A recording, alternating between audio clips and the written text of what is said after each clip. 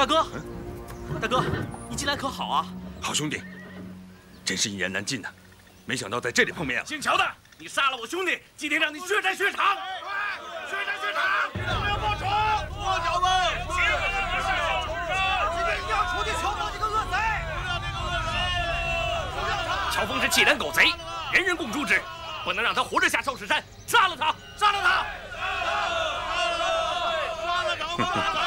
兄弟啊，形势险恶，咱们以后再说。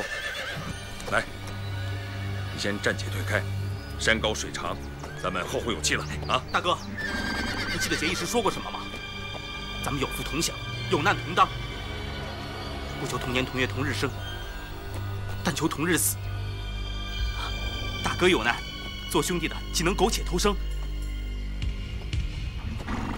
兄弟这番心意，大哥十分感激。不过，这些人想要杀我，也没那么容易。小兄弟，你先回去吧。待会儿我再出手护着你，可不便应敌啊。哎，你不用护我的，他们和我无冤无仇，不会杀我的。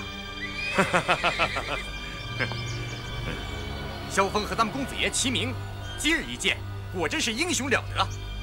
我老冯有意助他一臂之力，跟中原这帮武人好好的干他一架。不错，果然让人佩服。我包不同也愿助他。啊，表哥，这位萧大侠真是个英雄，咱们助他，南慕容、北乔峰，联手力抗天下英豪，将来也是武林中的一段佳话呀。你们忘了，我慕容复的志愿是什么？咱们要以兴复大燕国为第一要任，岂能为了一个萧峰而得罪天下英雄呢？公子，那我们该怎么办？收揽人心，为我所用。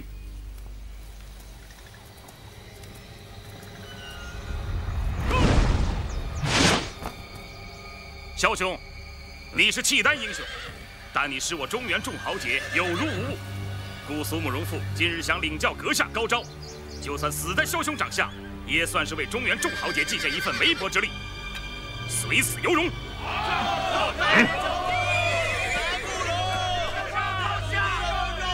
素闻公子英明，今日得见高贤，真是大慰平生啊！慕容公子，我大哥和你无冤无仇，你何必趁人之危呢？再说别人冤枉你的时候，我大哥还为你舍命开脱呢。段兄也想做抱打不平的英雄好汉，上来赐教吧。我是没这个本事的。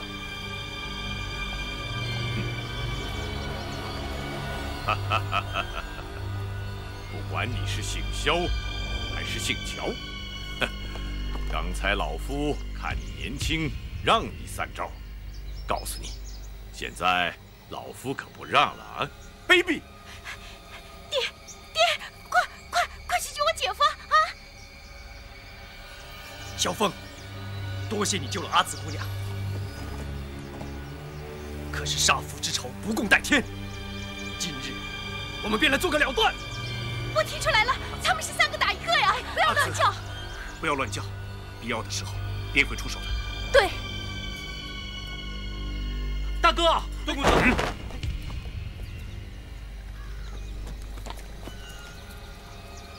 召集全寺弟子戒备。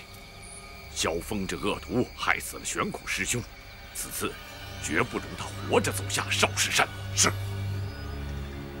阿弥陀佛。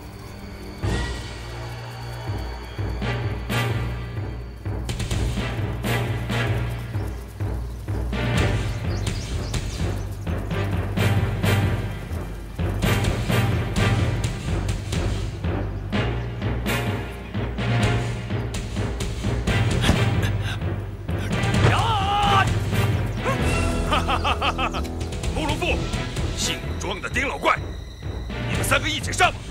萧峰何惧？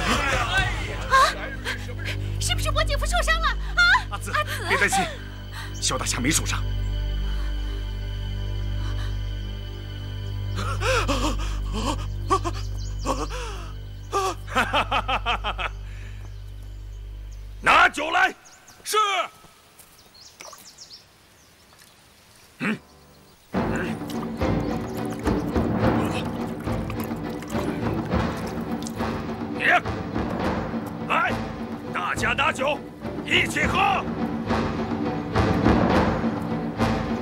来，给，好，来，给，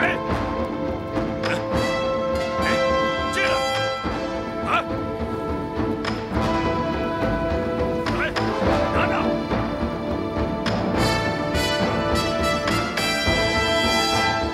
好兄弟，接着，哎。 走！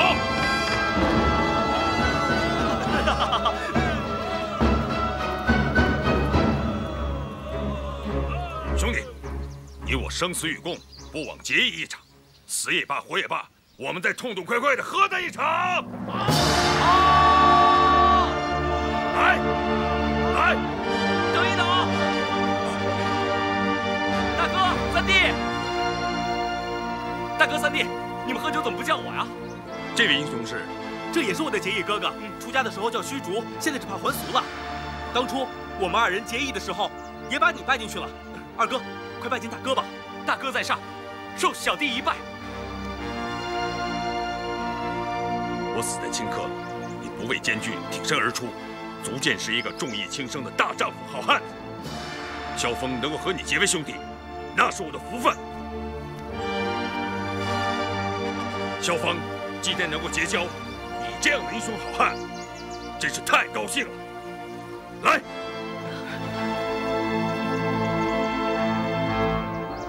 哈哈哈哈哈！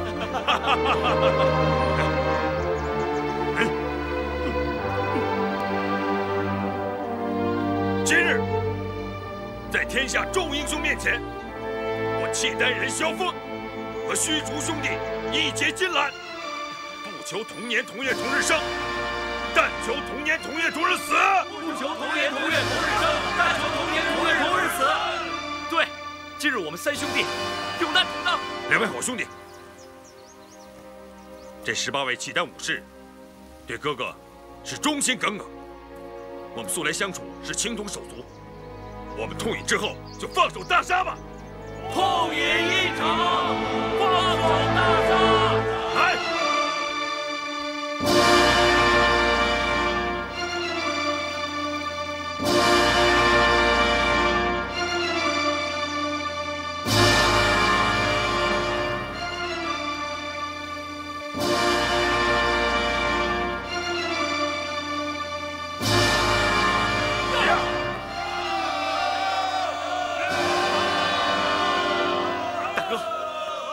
星宿老怪害死洛太师叔玄难大师，兄弟要找他报仇。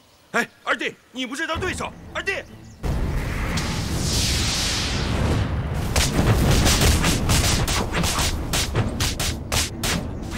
二弟的功夫果然不错呀。那是自然的。来的正好，保护我三弟。哎，大哥，大哥！哎呀，哎。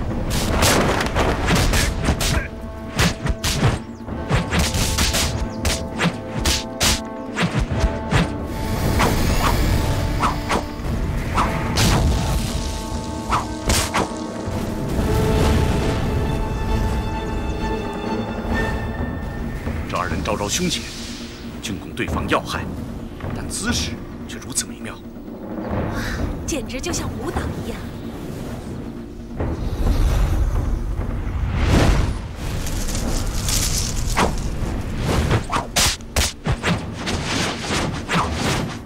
好，举重若轻，潇洒如意，这样的舞路我从来没见过。哎，王姑娘，这是哪一门功夫啊？ 呀！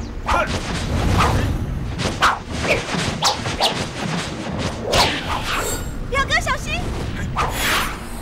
游龙引凤，表哥使这套功夫，自然是不会败了。萧大侠现在只是和这个庄帮主对攻，可是这样一来，不是在大家面前丢尽了慕容家的名声吗？表哥，你在想什么呢？幸福是大，名望是小。我若能为天下英雄除去这个中原武林大害，这武林盟主一喜，便非我莫属了。 那是振臂一呼，大燕幸福有望。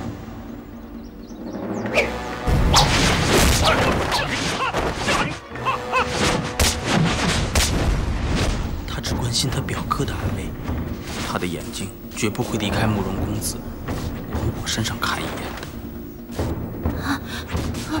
阿紫。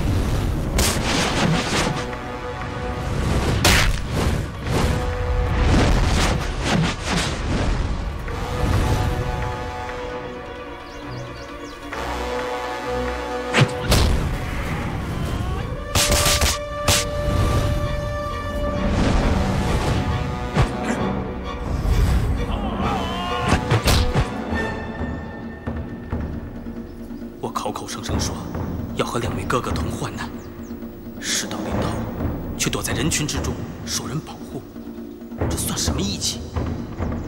反正左右是个死嘛。我虽然武功不行，但以凌波微步，也能和慕容复纠缠一番，让大哥腾出手来，先打退那个丑脸。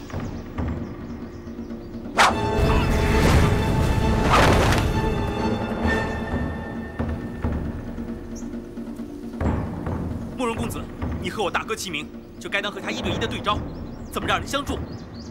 就算勉强打个平手，岂不是让天下英雄耻笑吗？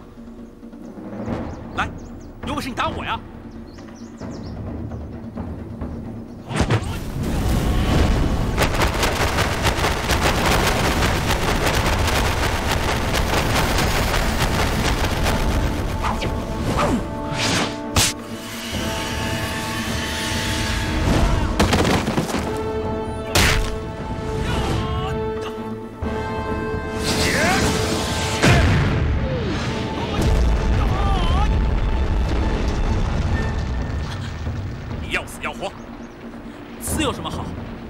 是活在世上比较有味道一点。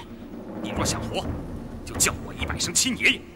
哼，你又大不了我几岁，真不害臊啊！啊，你叫不叫？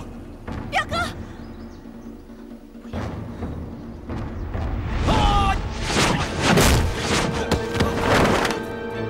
三弟，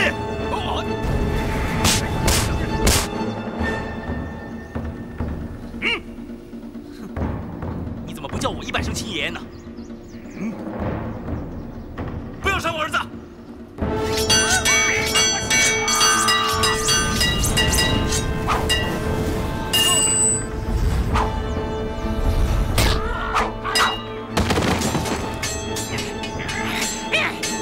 你奶奶的！我师傅虽然不是个东西，但总也是我岳老二的师傅。你打我师傅，就如同打我岳老二一般。 万一我师傅贪生怕死，叫了你一声亲爷爷，你岂不是比我岳老二还要大出1、2、3，大出3辈了吧？实在是欺人太甚！我跟你拼了！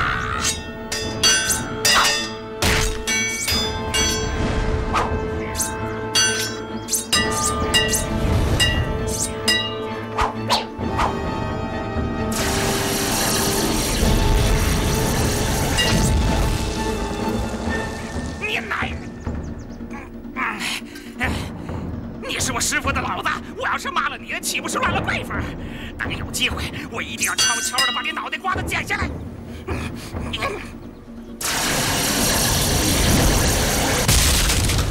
表哥小心，这是大力断师的一阳指，不可轻敌啊！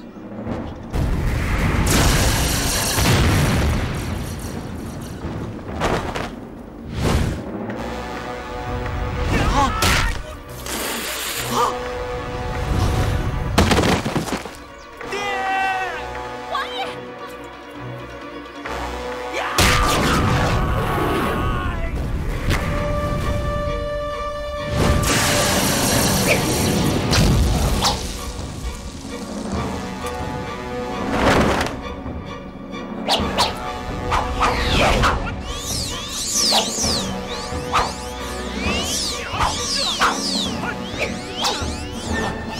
公，主公，扶我起来。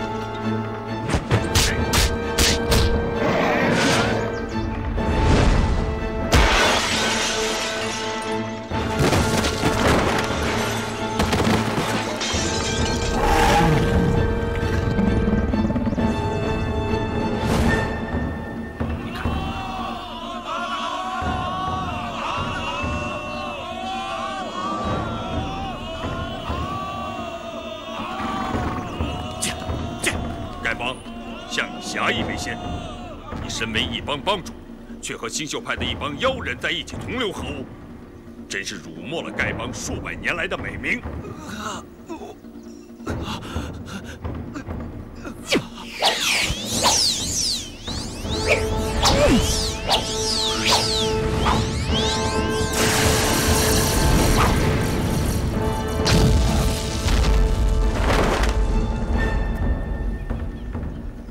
三弟，你这六脉神剑尚未纯熟，不妨用一种剑法试试。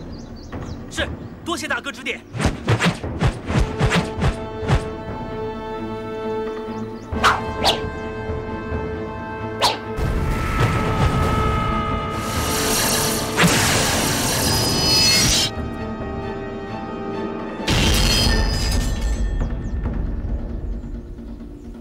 王姑娘，你出声帮一下公子爷吧。我的六脉神剑一窍都不通啊！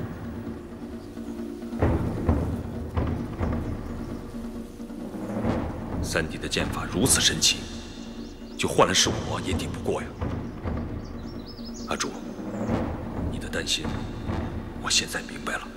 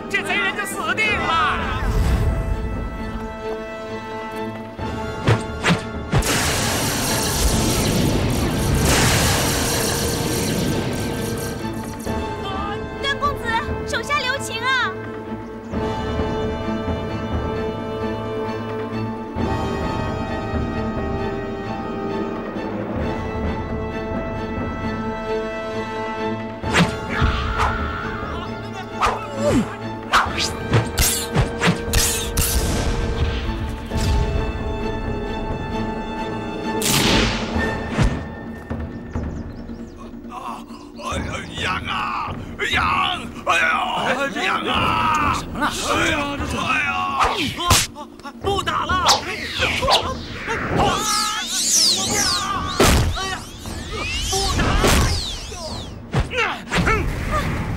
混账！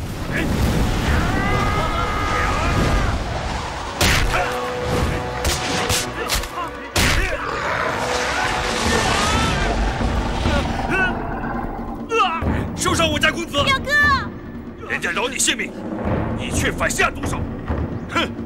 我萧峰大好男儿，却跟你这种小人齐名，杀你太丢人了！滚！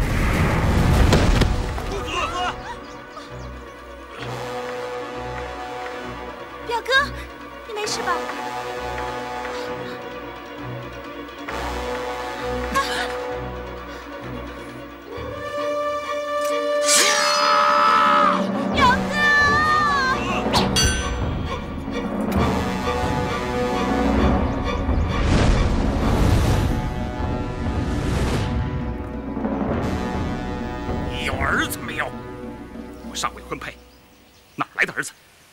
有祖宗没有？自然有。我自愿就死，与你何干？士可杀不可辱，慕容复堂堂男子，岂容你这无理言语？你高祖有儿子，你曾祖、祖父、父亲都有儿子，就是你没有儿子。呵呵，大燕国当年慕容恪、慕容垂、慕容德，那是何等的英雄啊！却不料都变成了绝种绝代的无号之人。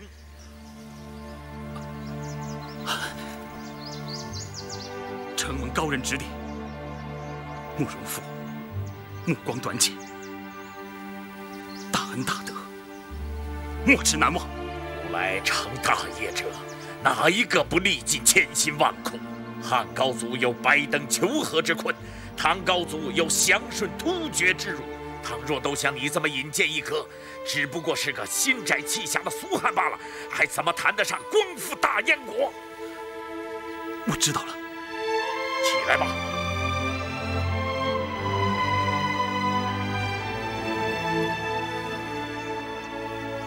萧大侠武功卓绝，老夫十分佩服，今天也想跟你领教几招。哼哼，不敢，请。哼。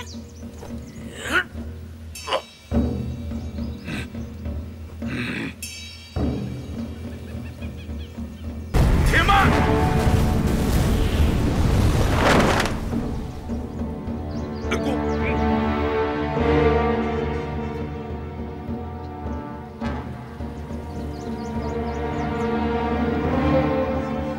你是谁？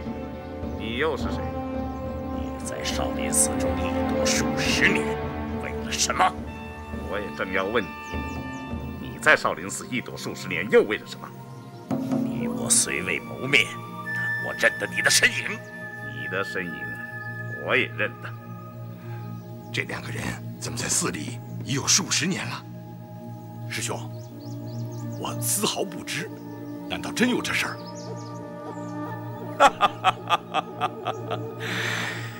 我藏身少林寺中是为了找一样东西。我藏身少林寺数十年，也为了找一样东西。这个东西我已经找到了，想必你要找的东西也应该找到了吧？否则的话，咱们3次交手都没有分出胜负。尊家的武功了得，在下十分佩服，有不用再比试比试。阁下的武功我也十分钦佩，我想就是再比试下去的话，只怕也难分高下。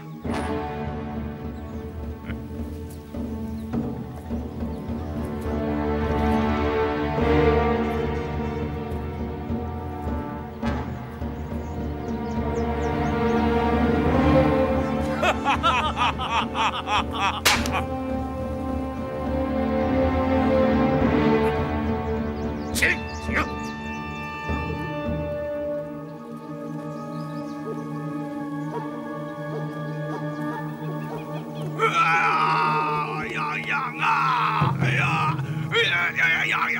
阿弥陀佛。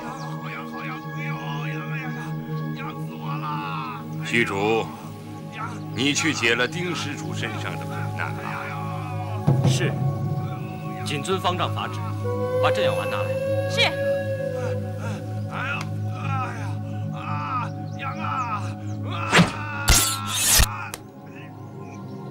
新秀老怪，这颗镇养丸可止3日之痒，过了3日，其痒又再发作，那时候我主人是否再次灵药，要看你乖不乖了。哎，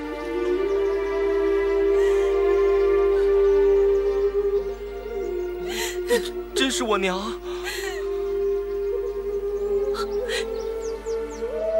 他是我的儿子，你不要再打他了。是哪个天杀的贼子偷去了我的孩儿，害得我们母子分离了24年。孩儿，我们走遍天涯海角，也要将他抓着，把他碎尸万段，剁成肉酱。我的武功敌不过他，可是我的孩儿武功高强，能报仇雪恨。你的孩儿是给人家偷去的，还是抢去的？你脖子上的2道血痕从何而来？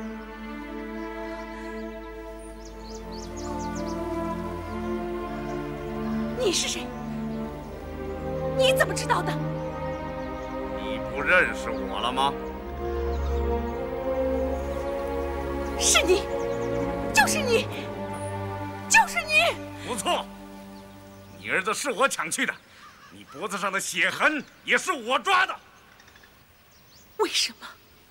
为什么？这孩子的父亲是谁？不，我不能说，我不能说。娘，你跟我说，我爹到底是谁啊？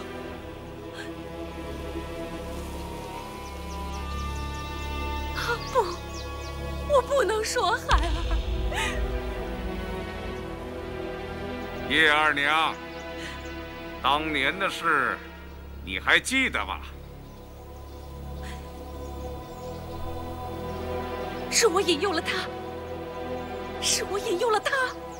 这个男子只顾及他自己的声名前程，全不顾念你一个年纪轻轻的姑娘，未嫁生子，处境是何等的凄惨！不，他顾及到我了。他给了我许多银两，他好好安排了我的下半生。可他为什么让你孤零零的漂泊江湖？我不能嫁给他，我不能嫁给他。你真的不想说出那个无情无义的男子是谁吗？不，我不知道，我不知道。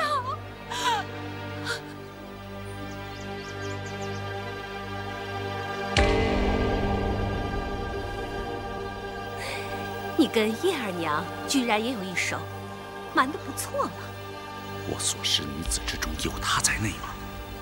倘若当真害得她如此，纵然在天下英雄面前声名扫地，我也绝不能丝毫亏待于她。不，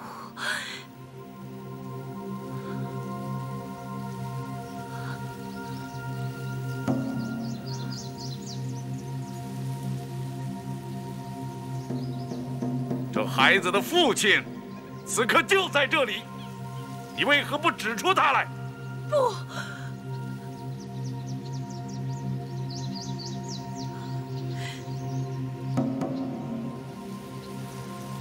为什么在你孩儿的背上、屁股上烧上了许多的戒点香疤？我不知道，我不知道。你孩儿一生下来，你就想要他当和尚吗？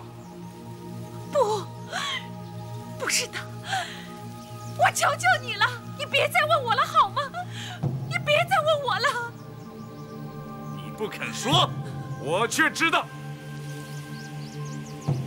是因为这孩子的父亲乃是一位大名鼎鼎的高僧。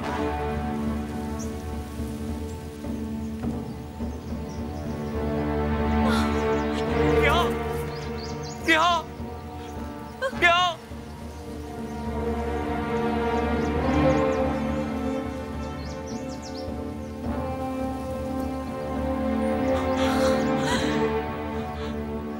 孩儿，咱们走，这仇咱们不报了啊！咱们走，咱们走。且慢，我的话还没说完呢。叶二娘，你不是想知道我为什么抢你的孩子吗？是因为有人抢去了我的孩儿，令我家破人亡，我这全是为了报仇。有人抢了你的孩儿，你是为了报仇？正是，我抢了你的孩儿，把他放在少林寺的菜园之中，让少林僧将他抚养长大，授他一身武艺。那是因为我自己的亲生孩儿也是被人抢了去，由少林僧授了他一身武艺。你不想看看我的真面目吗？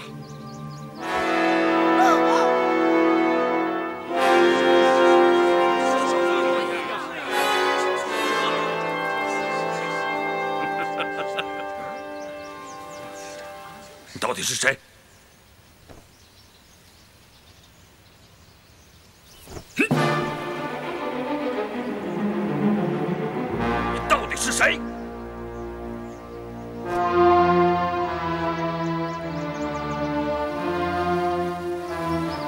萧远山。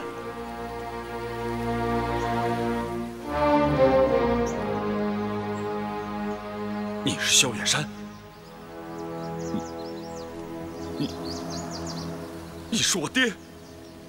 对，孩子，我正是你爹。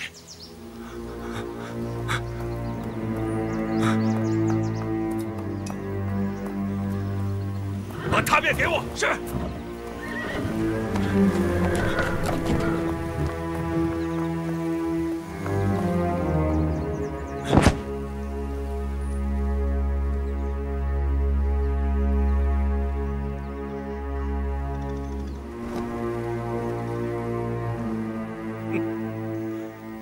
萧远山绝笔，萧远山绝笔。孩子，我那日跳崖自尽，谁知竟坠在一株大树之上，竟得不死。这样一来，我的死志已去，心中只剩下报仇二字。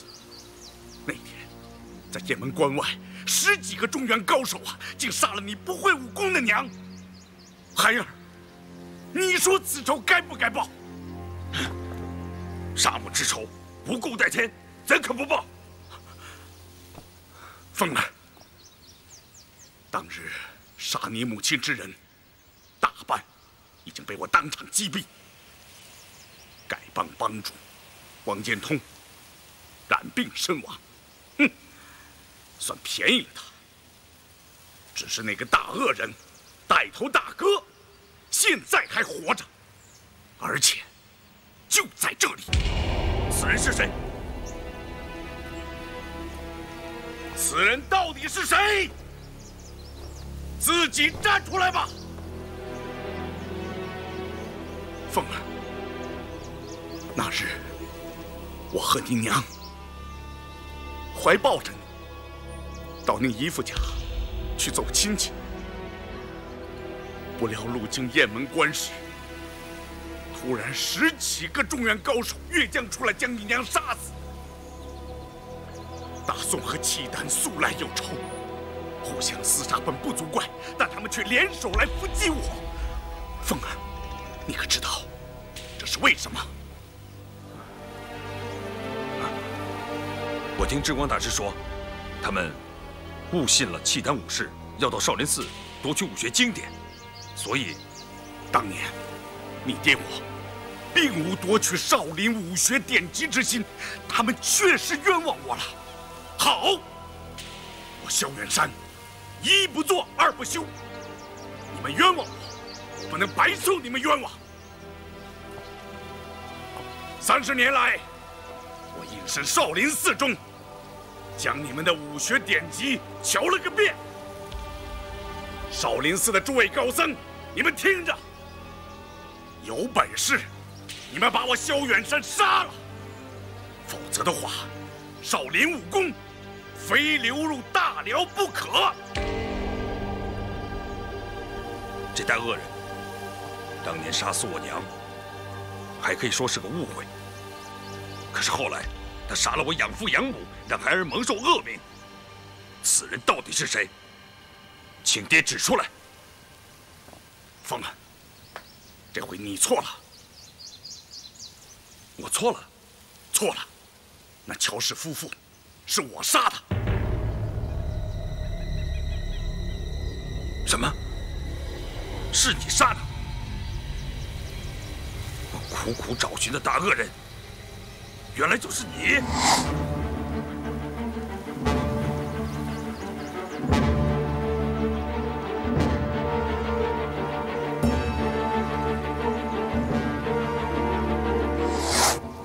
这么说，火烧单家庄，杀死谭公、谭婆、赵钱孙，都是你干的？不错，都是我干的。当年带头在雁门关外杀死你娘的人是谁？他们明明知道，却个个袒护他，就是不肯说出是谁。凤儿，难道还不该杀？凤儿，你可知道，我是扮成你的样子去干的。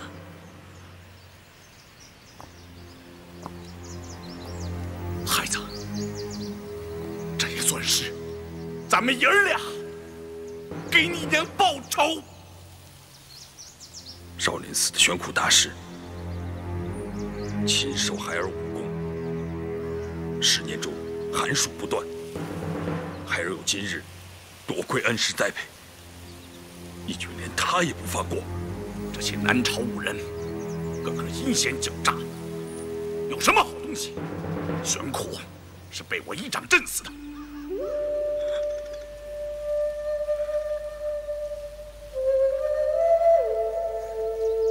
阿弥陀佛，阿弥陀佛。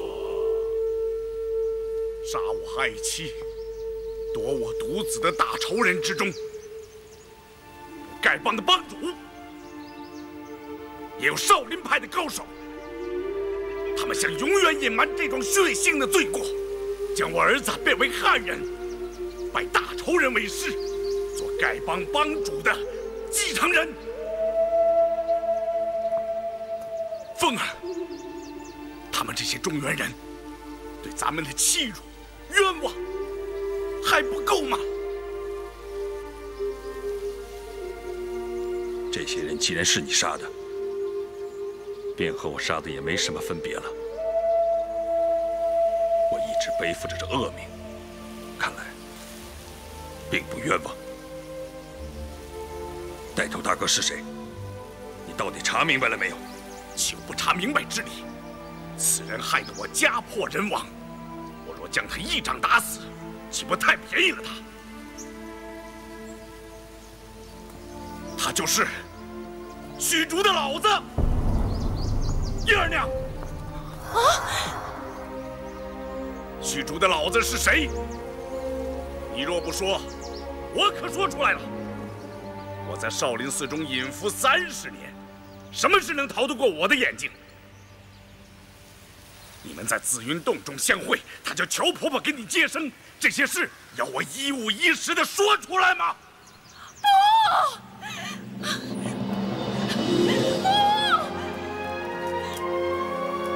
不要啊！不要啊！少老英雄，求求你大发慈悲，高抬贵手，放了他吧！我儿和你公子有八脉之交，结为金兰兄弟。他在武林中有那么大的声誉，年纪也那么大了，要打要杀，你就冲我来吧！我求求你了，求求你了，求求你了，求求你了！善哉善哉，既造业因，便有业果。虚竹，你过来。不要！不要！不要！不要啊！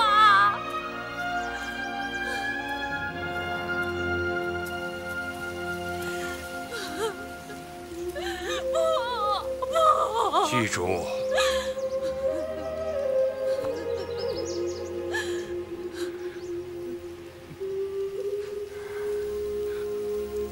你在寺中24年，我竟然不知，你便是我的儿子。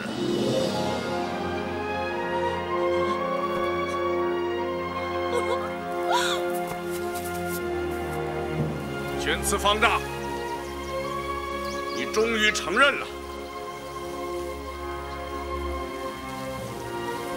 萧老施主，你和令郎分别30多年，不得相见，可你却早已知道他声名鹊起，武功精进，成为江湖第一英雄。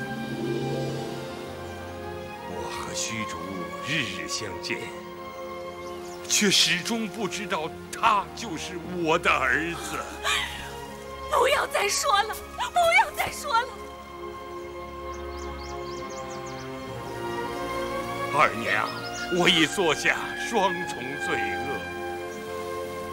反悔固然无用，隐瞒也无用，只是这些年来苦了你了。你有苦不能说，那才是真苦。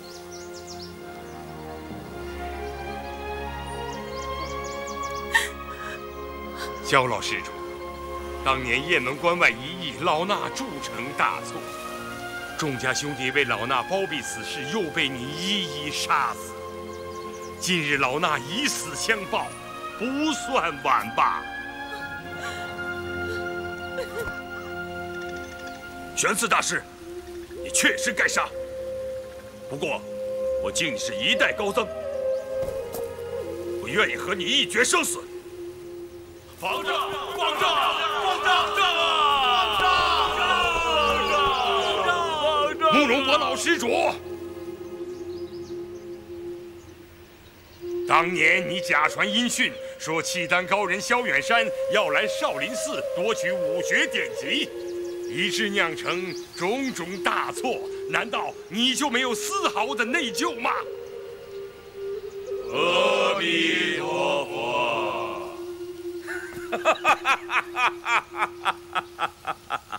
方丈大师，你的眼光当真厉害，居然把我认出来了！哼！父亲，你还活着？父亲，你是为我大燕的江山和慕容家的安全才要诈死的吧？不错，慕容老施主，老衲和你曾经交往好多年，素来敬重你的为人。那天你向我告知此事，老衲自然深信不疑。此后，错杀了好人，也就再也没有见到过你。后来听说你英年早逝，老衲好生痛悼。没想到你，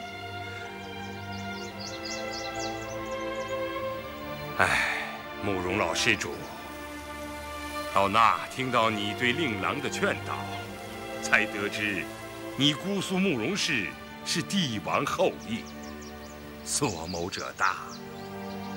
那么你当年假传音讯的用意就再也明白不过了。只是你所图谋的大事并未成功，却白白的害死了许多无辜的性命。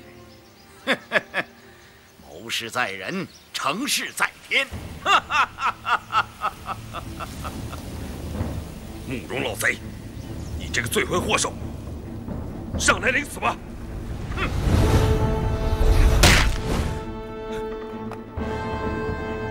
父亲，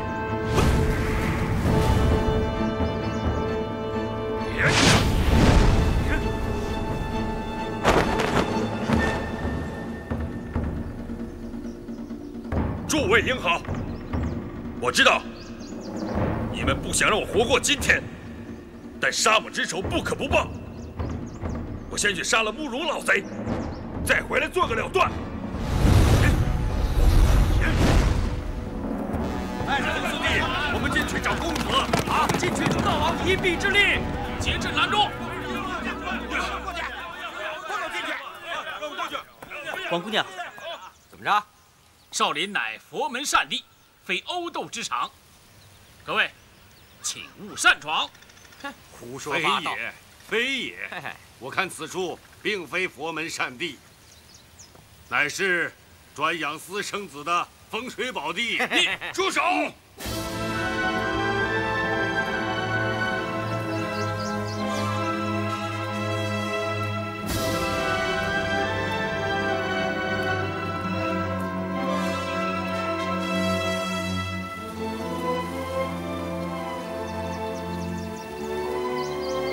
老衲犯了佛门大戒，有伤佛门清誉，依本寺戒律，该当如何惩处？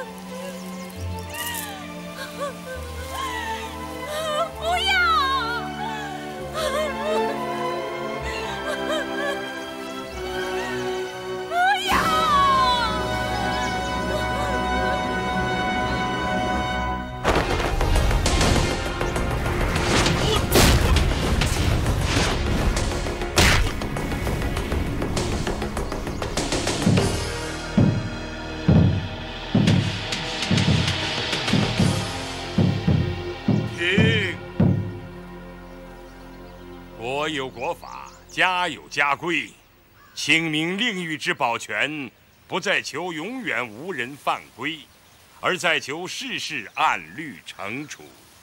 宣词方长要对自己实行了，请各位英豪止步。我玄慈犯了淫戒，与虚竹同罪，身为方丈，罪行加倍。执法僧将我重重责打200棍，少林寺的清誉攸关，不得徇私舞弊。方丈，少林寺的千年清誉，岂能坏于我手？是，执法僧永行。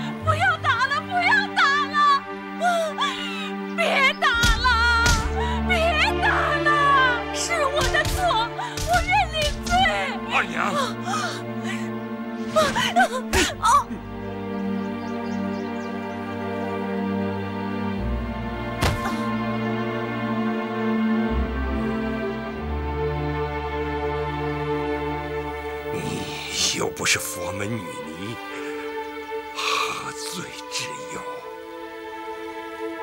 刑杖。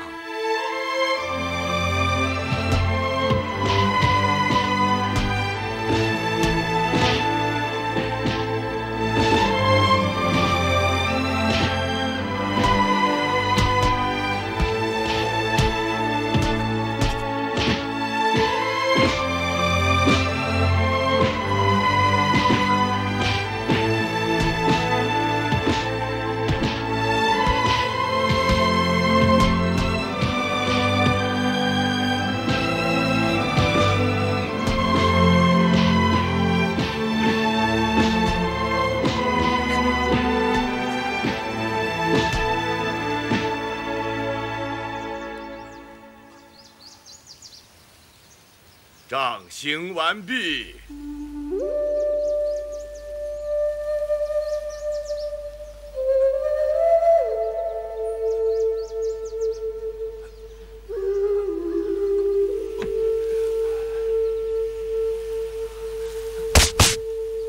娘。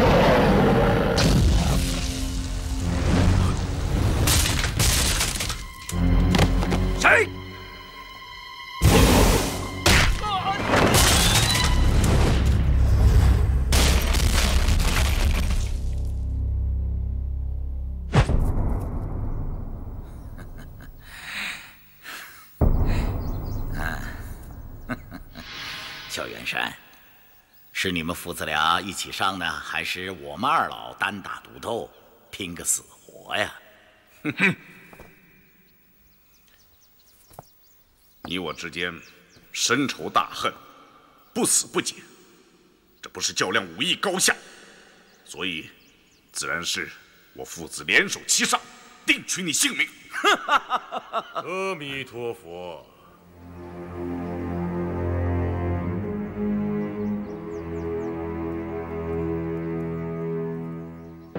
阿弥陀佛。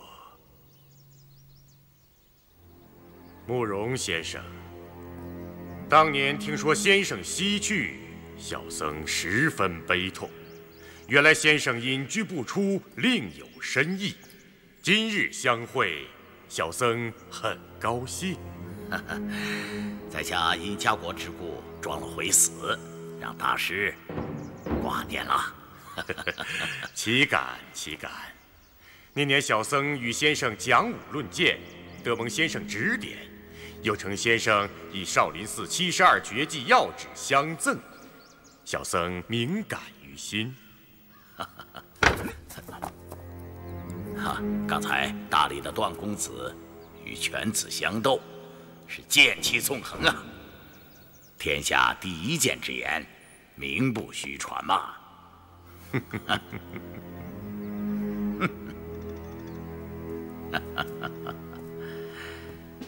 这萧氏父子是欲杀我而甘心，大师，你怎么看？我们是知己好友，我怎么能袖手旁观？今日之事，不判生死，誓不罢休。哼，接招吧！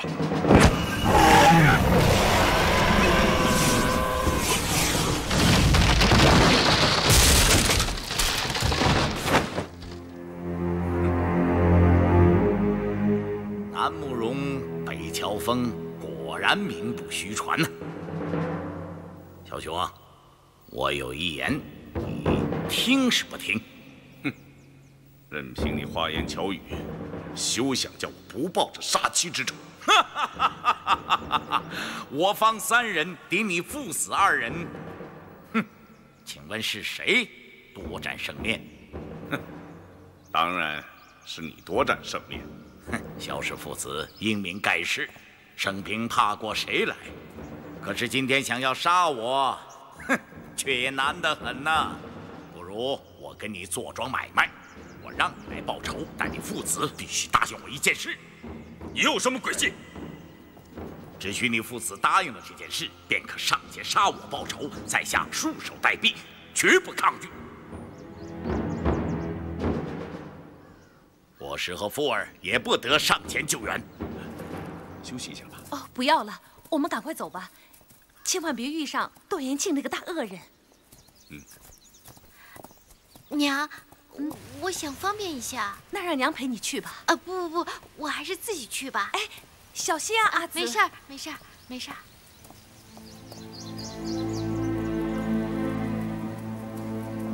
哎，玉儿呢？啊，我看到了，他去追慕容家那个王姑娘去了。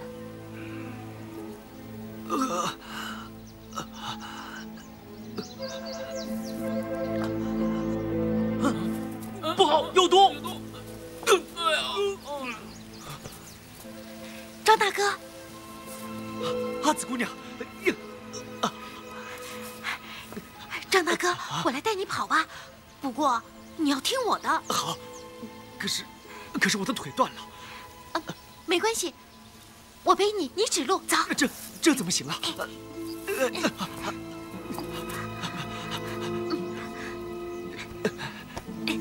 阿紫，那边。萧兄，你说我慕容博是哪国人？爹，先杀了他再说。他是哪国人，有什么关系？有。福儿，咱们是哪国人？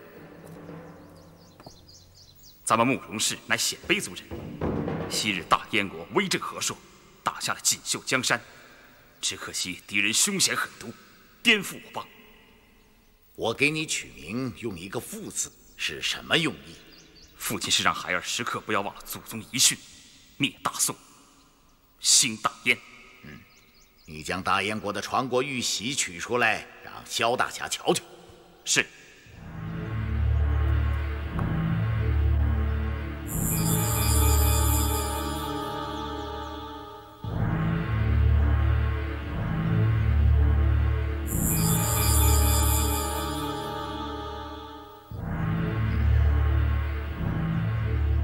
你将大燕皇帝的世袭谱表取出来，让萧老英雄过目。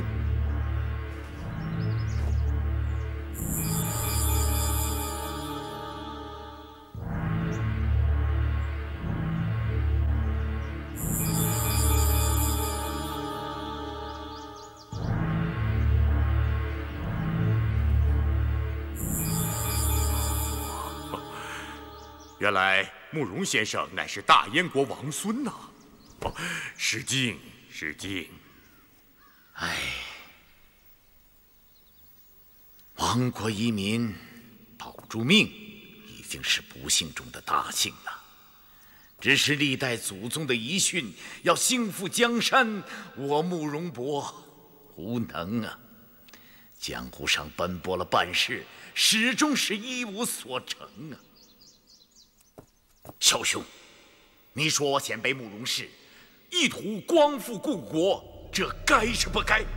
成则为王，败则为寇，没什么该不该的。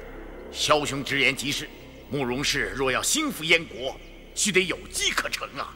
我慕容氏人丁单薄，势力微弱，重建邦国，当真谈何容易啊！唯一的机缘便是天下大乱，四下征战不休啊！哈！原来你捏造音讯，挑拨是非，是想使宋辽生性，大战一场。正是，倘若宋辽之间战争复起，我燕国便可以乘机而动。不错。倘若宋朝既有外患，又生内乱，不但慕容先生复国有望，我吐蕃国也能分一杯羹啊！哼！令郎官居辽国南院大王，手握兵符。倘若挥军南下，占尽黄河以北土地，进可以自立成王，退以长保富贵。那时顺手将中原的群豪聚而歼之，如杀蝼蚁，被丐帮逐出的一口恶气，不也一吐为快吗？哼！你想让我儿为你尽力，你好浑水摸鱼，让你兴复燕国的野心得逞。不错，我慕容氏可见一支义旗，兵发山东，为你大辽呼应。同时，山东、吐蕃、西夏、大理三国一时并起，咱们五国瓜分了大宋，亦非难事啊！我燕国不敢取大辽1尺1寸的土地，此事对大辽是大大的有利啊！小兄，你何乐而不为啊？小兄，只要你依了在下的倡议，立即取了在下的性命，替夫人报仇，在下绝不抗拒。慕容老先生，倘若慕容先生甘心就死，那慕容氏大业则更加难成。先生这不是死得轻于鸿毛了吗？大师，此言差矣啊！哦。萧兄啊，你隐居江湖数十年，侠踪少现人间，可是萧大侠却英名播于天下，一言九鼎啊！萧大侠为了一个无亲无故的少女，尚肯冒险入聚贤庄求医，所以老朽希望我们能够联手抗宋。在下已筹算许久，这正是千载难逢的好机会呀！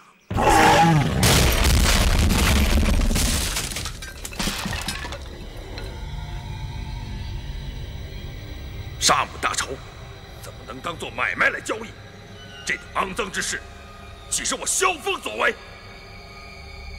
此仇能报便报，如果今天杀不了你，就算我父子死在此地，也毫无所谓。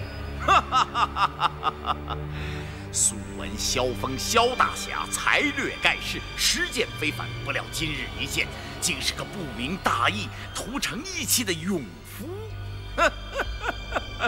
真可笑啊！可笑啊！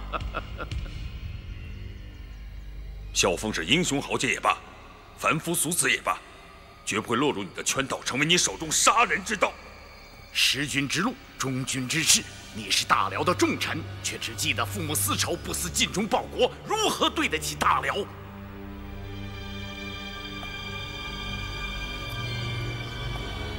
你见过边关上宋辽相互仇杀的惨状吗？你见过宋人辽人妻子离散、家破人亡的情景吗？宋辽之间好容易罢兵数十年，倘若刀兵再起，宋辽铁骑侵入南朝，将会有多少宋人惨遭横死，又会有多少辽人死于非命？我们打了一个血流成河、尸骨如山，却让你慕容氏伺机兴复燕国。我萧峰对大辽精忠报国，是在保土安民，绝不是为了杀人取地、建功立业。善哉善哉！萧大侠宅心仁厚，如此以天下苍生为念，真是菩萨心肠。看这边，有没有？有没有？没有。那边看看，那边看看。没有啊？怎么样？有没有？那边有。走，好，那边看看，走。你躲在这里多久了？施主是问我躲在这里有多久了？不错，问的就是你。我也记不清楚了，不知是42年，还是43年。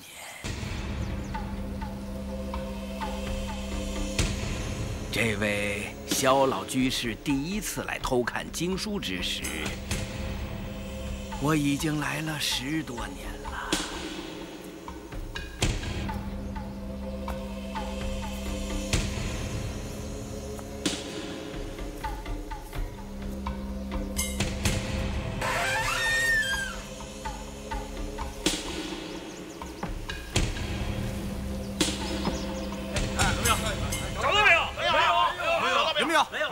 你们呢？没有。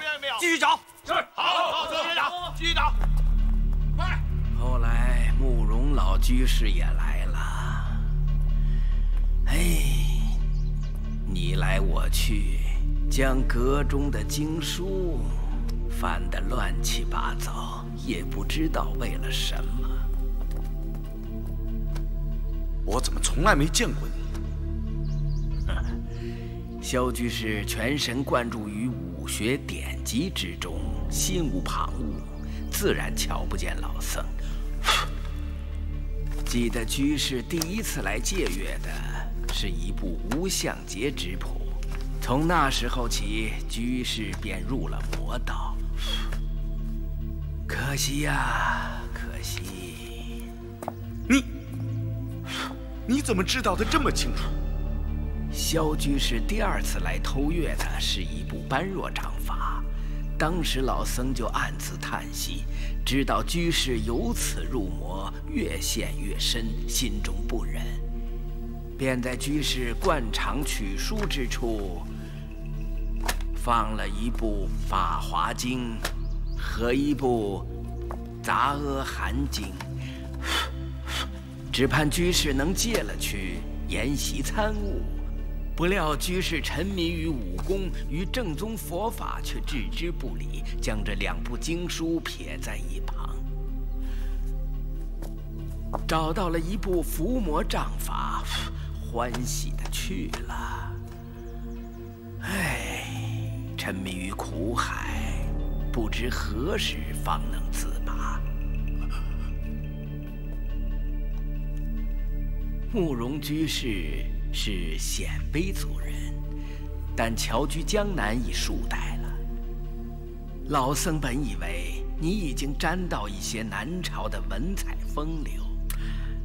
哎，却不料你来到藏经阁中，将我祖师的威严法语、历代高僧的语录心得一概弃如敝履，挑到了一本拈花指法，便如获至宝。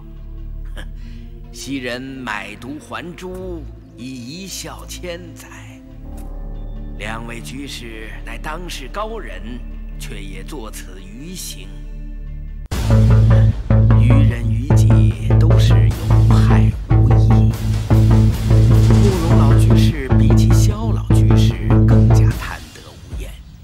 萧老居士研习的不过是少林派的现有武学，而慕容老居士却将少林派的72绝技一一囊括了去，并且抄录了副本，这才重与藏经阁归还原始。想来这些年之中，居士尽心竭力，亦融会贯通这72绝技，说不定已将其传授给令郎慕容复。慕容复尚年幼，功力无法研习少林寺72绝技。你是将它传给一位吐蕃国师，可是你错了，全然错了，次序颠倒，已大难临头了。什么次序颠倒，大难临头啊？老僧之语是危言耸听吗？不是危言耸听，国师，请你将那部《易筋经》还给我。易筋经？什么易筋经？老僧的话叫我越来越难。本派武功传自达摩老祖，佛门弟子学武，乃在强身健体、护法伏魔。修习任何武功之时，总需心存慈悲之念。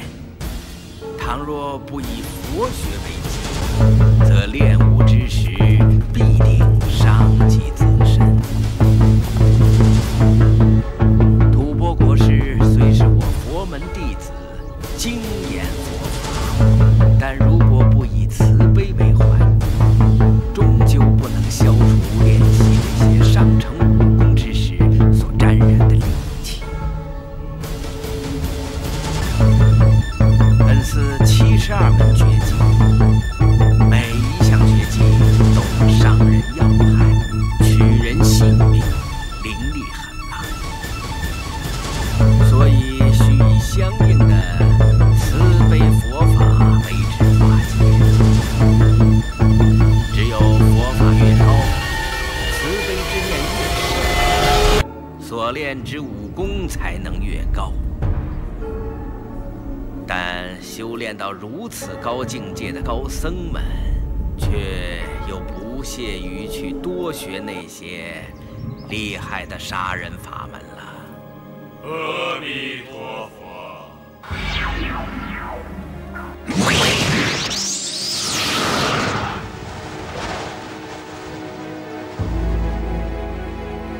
阿弥陀佛。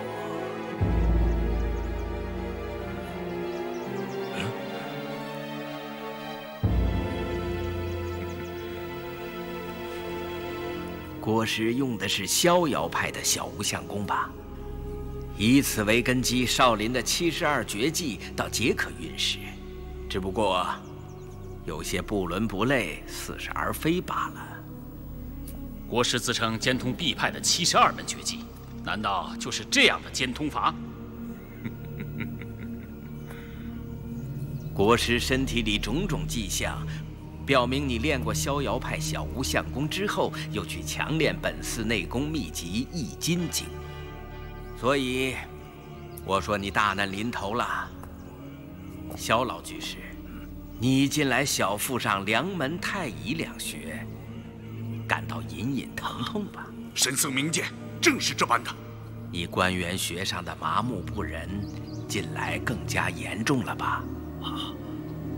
是，这痛楚，10年前只有小指般大，现在已经有碗口般大了。山僧，既然知道我爹的病根，还希望慈悲解救我。不必多礼。施主宅心仁厚，以天下苍生为念，不肯因私仇而伤及宋辽百姓，如此大仁大义。若有任何吩咐，老衲无有不从。施主请起。多谢神僧，多谢了。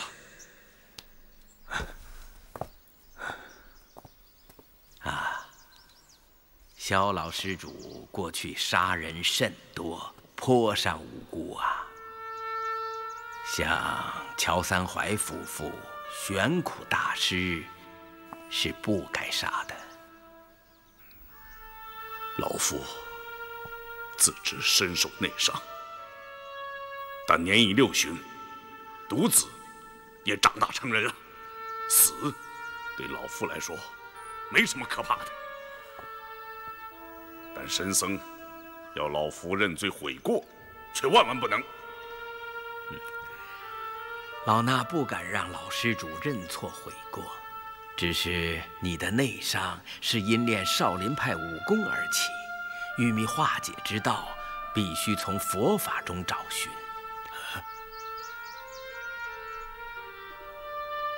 慕容老施主视死如归，老衲本不该多说。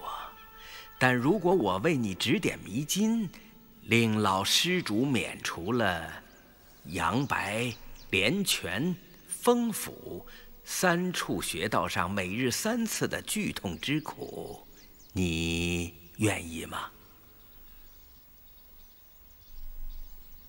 青山不改，绿水长流。二位要找我父子报仇，我们在姑苏燕子坞参合山庄恭候大驾。父亲，咱们走。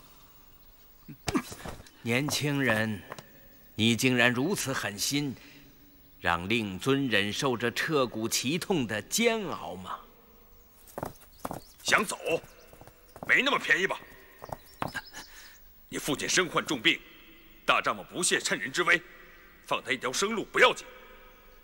可你是没有病痛的，那我就领教小兄的高招。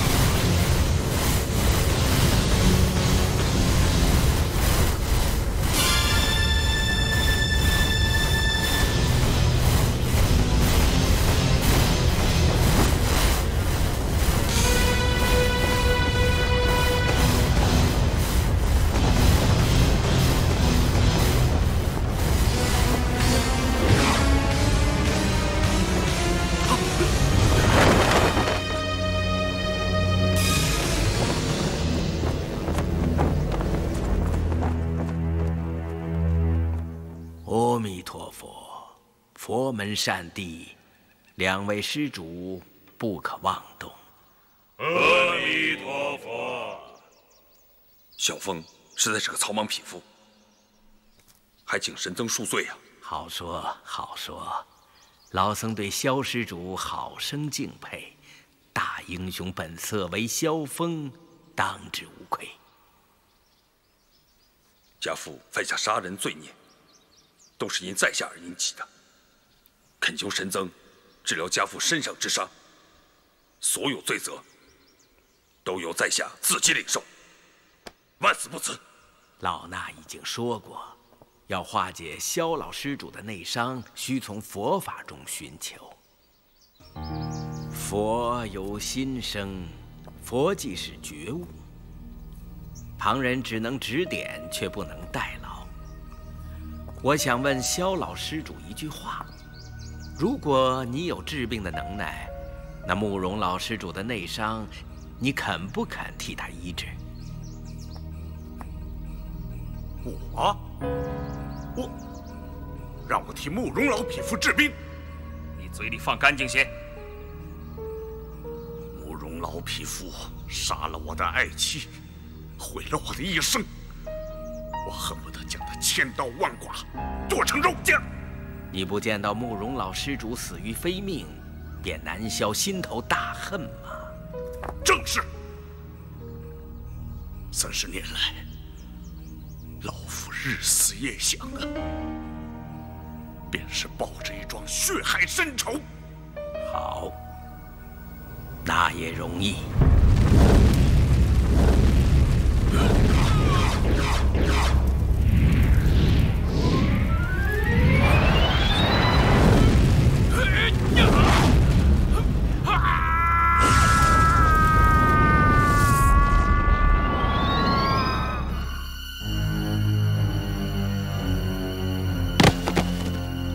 父亲，阿弥陀佛。阿弥陀佛。阿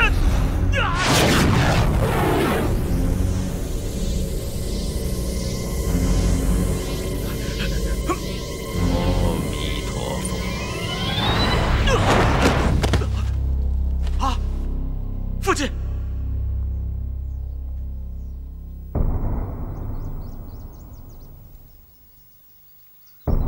萧老施主，慕容老施主已经死了，你心中的仇恨可以平了吧？你想去哪儿，这就请吧。我去哪儿啊？我早就没有家了。慕容老施主是我打死的，你未能亲手报此大仇，心有余憾，是不是？不是，即使你不杀死他，我也不想杀他了。善哉。可是这位慕容少侠伤痛父亲之死，要找你我报仇，却如何是好啊？神僧是待老夫出手杀死他的。慕容少侠要为父报仇，让他前来杀我吧。凤儿，你回大辽去吧，咱们的事情办完了，路走到尽头了。慕容少侠，如果打死了你，萧大侠定会杀慕容少侠为你报仇。如此冤冤相报，何时方了？不如天下的罪孽都归我吧。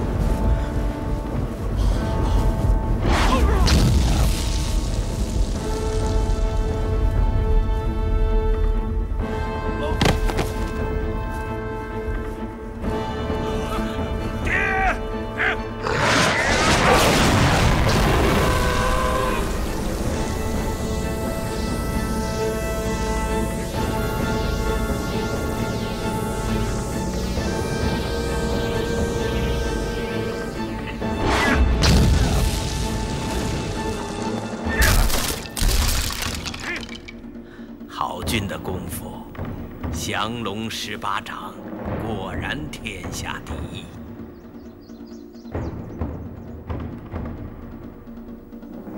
是时候了，该走了。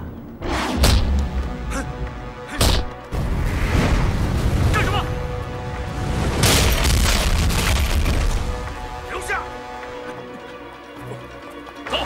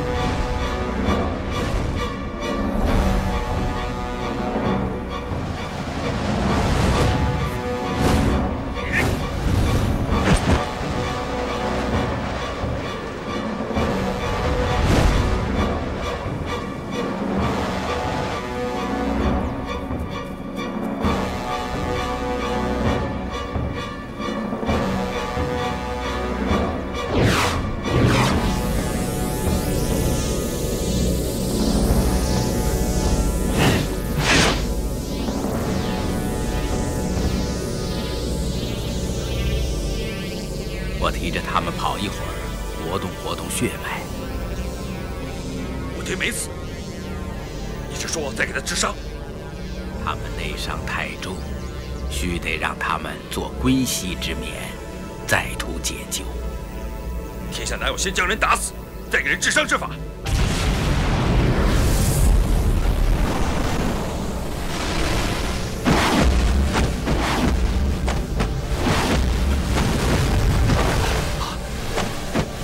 你干什么？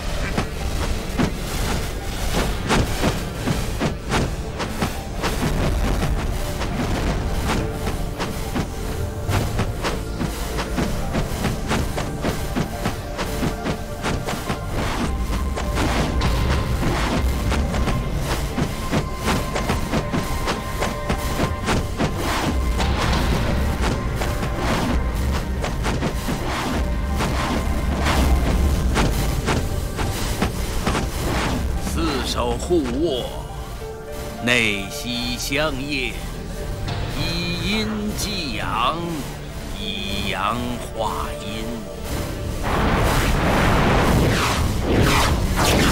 王霸雄图，血海深恨，尽归尘土，消于无形。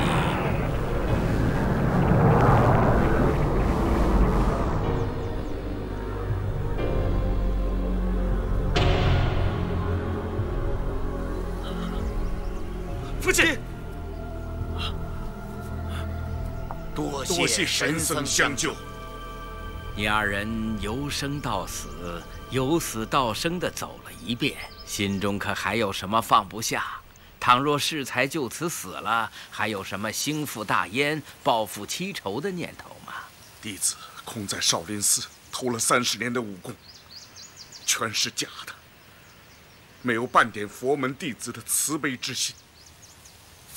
恳请师父收录。你的杀妻之仇，不想报了？弟子平生杀人尚来，倘若被我所杀之人的亲人都来向我复仇索命，弟子死上100次，也不能回报。善哉。你呢？庶民如尘土，帝王亦如尘土。大言不复国是空，复国亦是空。大彻大悟，善哉善哉。求大师收为弟子，更加开导。师父，你们想出家为僧，须得求少林寺的大师们剃度。不过，老衲有几句话，不妨说给你们听听。谨听师父教诲。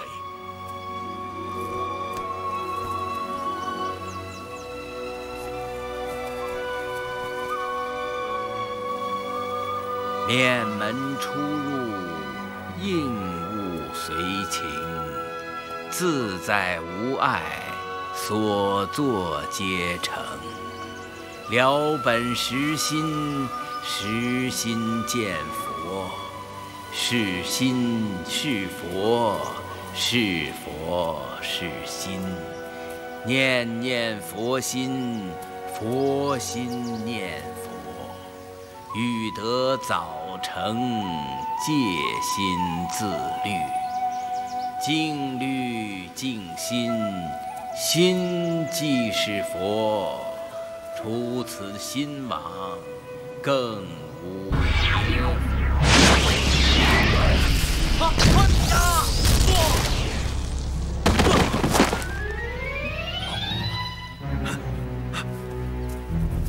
三弟，段施主，三弟，三弟，阿弥陀佛。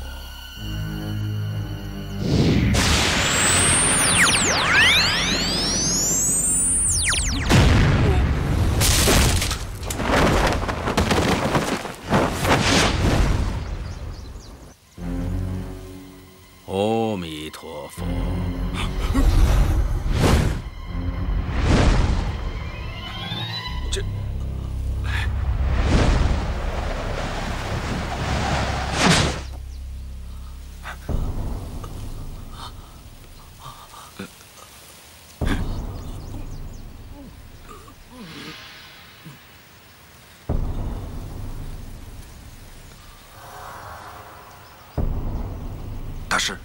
我兄弟他这位公子的内力极其深厚，若非如此，那记火焰刀已经取了他的性命。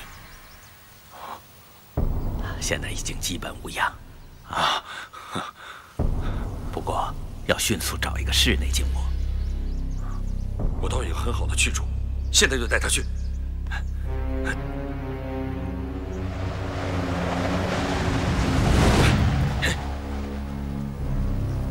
弟子愿意皈依三宝，拜在师父门下，在少林寺出家。阿弥陀佛。善哉善哉。